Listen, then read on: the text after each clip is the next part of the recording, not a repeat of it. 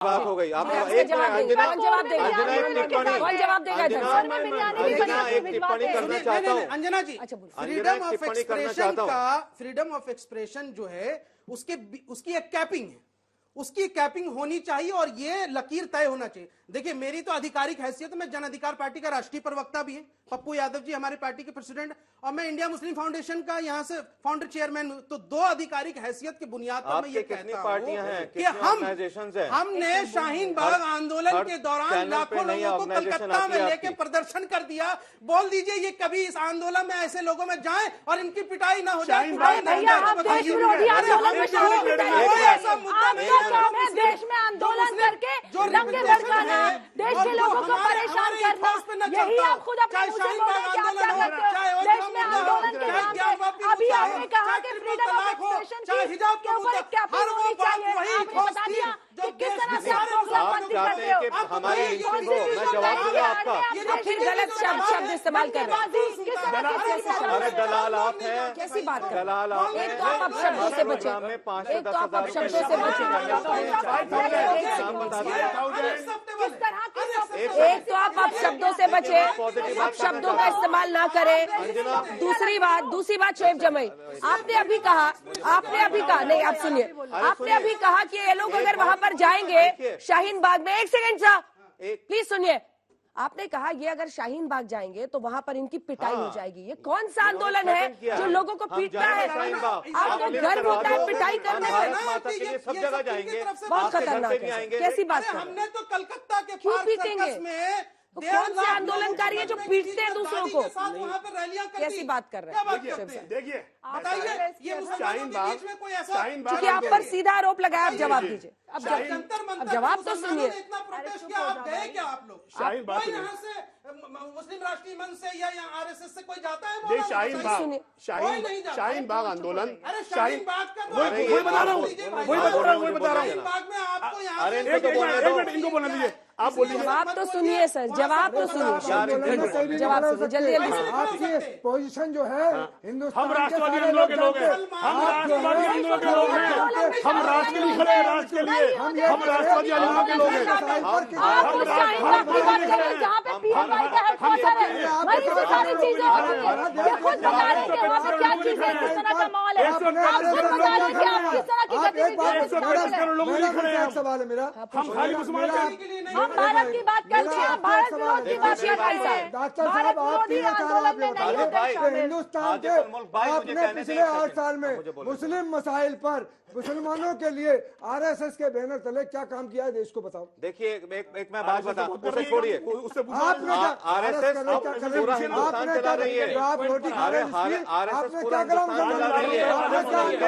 देखो, देखिए, आप समझते हैं आरएसएस गलत है।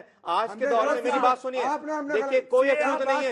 एक आप बोलिए, पॉलिटिक्स में अंजना, अरे बोलने दो यार, आपके काम की बात कह रहा हूँ। अरे हाजिर मुल्क आपके काम की बात कह रहा हूँ। आप मेरी बात सुनो, देखिए सुनिए, देखिए एक मिनट। डेमोक्रेसी में अंजना, डेमोक्रेसी में कोई अछूत नहीं होता। आप लोग कहते हैं इलेक्शन हो, अरे उसको वोट दो जो भाजपा वाले कैंडिडेट को हरा दे। क्या टोन टर्न हो रहा है? सब अच्छे हैं, जो अच्छा कैंडिडेट हो, भाजपा का हो, सपा का हो, कांग्रेस का हो। आप कसदन जाके हराओ, होता क्या जीतता हुई है और आप एक्सपोज होते हैं। एक्सपोज हो रहे हैं, पूरी दुनिया देख रही है। देखिए, आप एक्सपोज हो रहे हैं। मैं ये बताना चाहता हूँ, सीए आंदोलन जो था, सीए आंदोलन में आपको अमित शाह जी कह रहे थे आप अनटचेबिलिटी में यकीन रखते हैं। इसमें जो पार्टी आधिकारिक तौर पर गुस्ताखे रसूलुल्लाह सल्लल्लाहु अलैहि वसल्लम पार्टी भी गुस्ताख नहीं है, पार्टी भारतीय जनता पार्टी भी गुस्ताख नहीं है। पार्टी ने अपना स्टैंड ले लिया है, पार्टी ने स्टैंड ले लिया है अपना, कोई नहीं है। पार्टी ने स्टैंड ले लिया।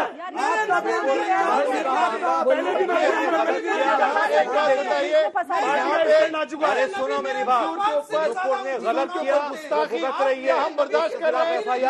आप क्यों ये बात कर रहे हैं? आप चाहते हैं उसका शर्मा को डिसमिस किया गया, निकाला गया और बहस कांड करते हैं, को इस बहस कांड करते हैं, यहीं पर इस बहस कांड करना डेंजर में है, मुसलमान यहाँ पे खतरे में है। बोलेंगे तो इस किसी की बात आवाज नहीं को जाती। मैंने बोल पहले के भी हिंदू कहा, मुस्लिम मैंने पहले करार भी ला के के साथ इस बहस कांड करते एक स्टेप हैं। पीछे लेकिन क्यों एक बात डाल रहे जरूर हो? याद रखिएगा, यहाँ पे यहाँ जो है, पर जो मौलाना जो साजिद डायलॉग है, रशीदी साहब इसी से थे, चीजें हैं ना, उन्होंने यहाँ पे कार्यक्रम होती की है। शुरुआत ही 2 फेक वीडियोस की जानकारी देकर की थी और मैंने उनसे कहा था कि शो के अंत तक वो दोनों कंटेंट मुझे दिखाए।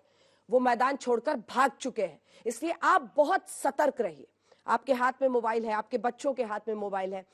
फेक न्यूज के जरिए जो अफवाहें फैलाई जाती हैं उससे बचिए और अपने बच्चों को बचाइए, क्योंकि नफरत की खाई फैलाने में सबसे ज्यादा योगदान ऐसे ही लोगों का होता है जो इस तरह की फेक न्यूज फैलाते हैं और फिर जब उनसे पूछा जाता है कि बताओ कहां है वो फेक न्यूज, तो मैदान छोड़कर भाग जाते हैं। आप सभी का बहुत धन्यवाद। राजनीतिक लोगों की भी जिम्मेदारी है, सारे देश देश भर में नुपुर शर्मा के बयान को लेकर विरोध चल रहा है और ये दौर जुम्मे की नमाज के बाद भी काफी शहरों में देखा गया कि विरोध प्रदर्शनकारी अलग अलग जगहों पर मस्जिद के बाहर नमाज के बाद नमाजी इकट्ठा हो गए। कुछ जगहों पर पथराव की नौबत आ गई, कहीं लाठीचार्ज की नौबत आ गई। आखिर ऐसा देश में क्यों हो रहा है, ये सवाल बार बार पूछा जा रहा है। हालांकि कई मुद्दे इससे पहले भी रहे हैं जिसको लेकर मुसलमानों की नाराजगी देश में देखी गई है, लेकिन नुपुर शर्मा के विवाद से बवाल और भी बढ़ गया है। इन्हीं मुद्दों पर आज करेंगे चर्चा और ये सवाल भी पूछेंगे कि आखिर कौन से है वो नेता जो देश में मुसलमानों को उकसा रहे हैं। क्या वाकई भड़काऊ बयानबाजी इसके पीछे है? नुपुर शर्मा के खिलाफ कानूनी कार्रवाई हो रही है, ये क्यों मुसलमानों को लगता है कि ये नाकाफी है? पहले आपको सुना देते हैं कुछ ऐसे नेताओं के बयान जिससे आप भी समझ जाएंगे कि उकसा रहे हैं या नहीं। आप खुद तय कीजिए, सुनिए।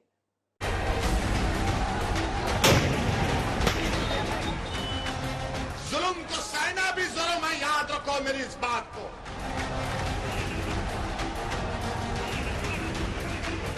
तुमको अगर बर्दाश्त नहीं है हमारा मजहब तो तुम कहीं और चले जाओ।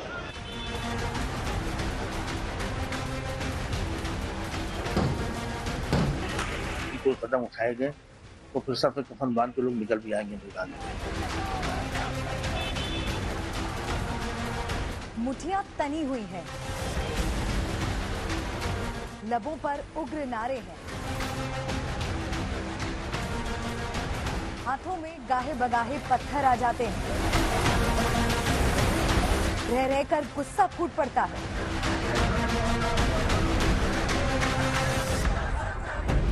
हाल के कुछ हफ्ते सांप्रदायिक माहौल को लेकर जितने उथल पुथल भरे रहे हैं उतने कभी नहीं रहे।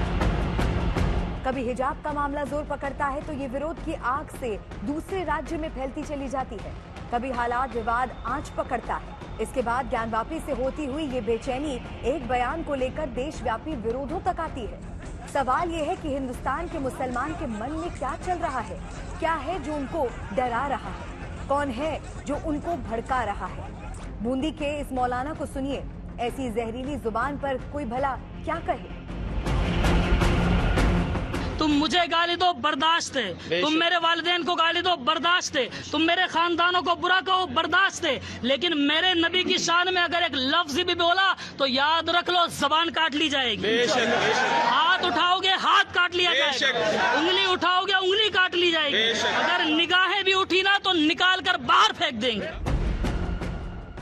जिनकी जिम्मेदारी थी अमन चैन लाने की, जिनको तरक्की की बात करनी थी, वो तो ऐसी जबान बोल रहे हैं मानो दोनों समुदायों में टकराव ही उनका एजेंडा हो। वो दिन चले गए तुम हमको डराते थे, वो दिन खत्म हो गए। अब